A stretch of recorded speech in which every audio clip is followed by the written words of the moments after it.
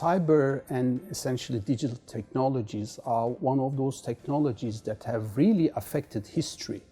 It's like gunpowder, it's like naval technology, like nuclear technology.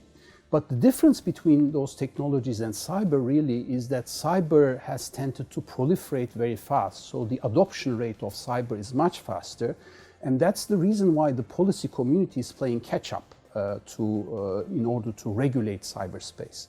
But regulation is needed really in order to take advantage of what cyber has to offer, because like many technologies, it can be used for good, and we have seen many examples of that in the sense of bringing more democracy, bringing more prosperity, more accountability.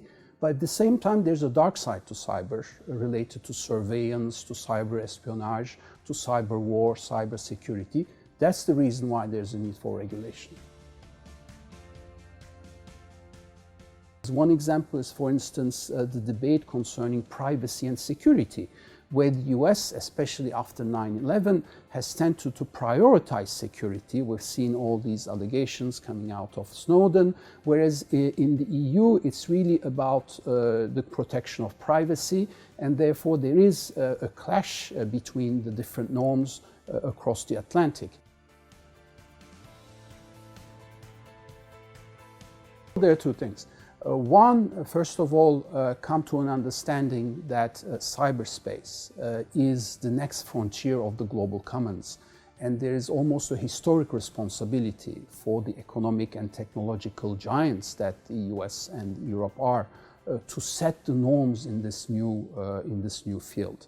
I think that's a policy sense that leadership on both sides of the Atlantic should certainly adopt. And the second, at a more practical level, there are many areas of overlap, ranging from multi-stakeholderism in internet governance to ensuring more private-public collaboration to combat cybercrime, and identify these domains. And there is already an institutional setup that they can use to advance this agenda.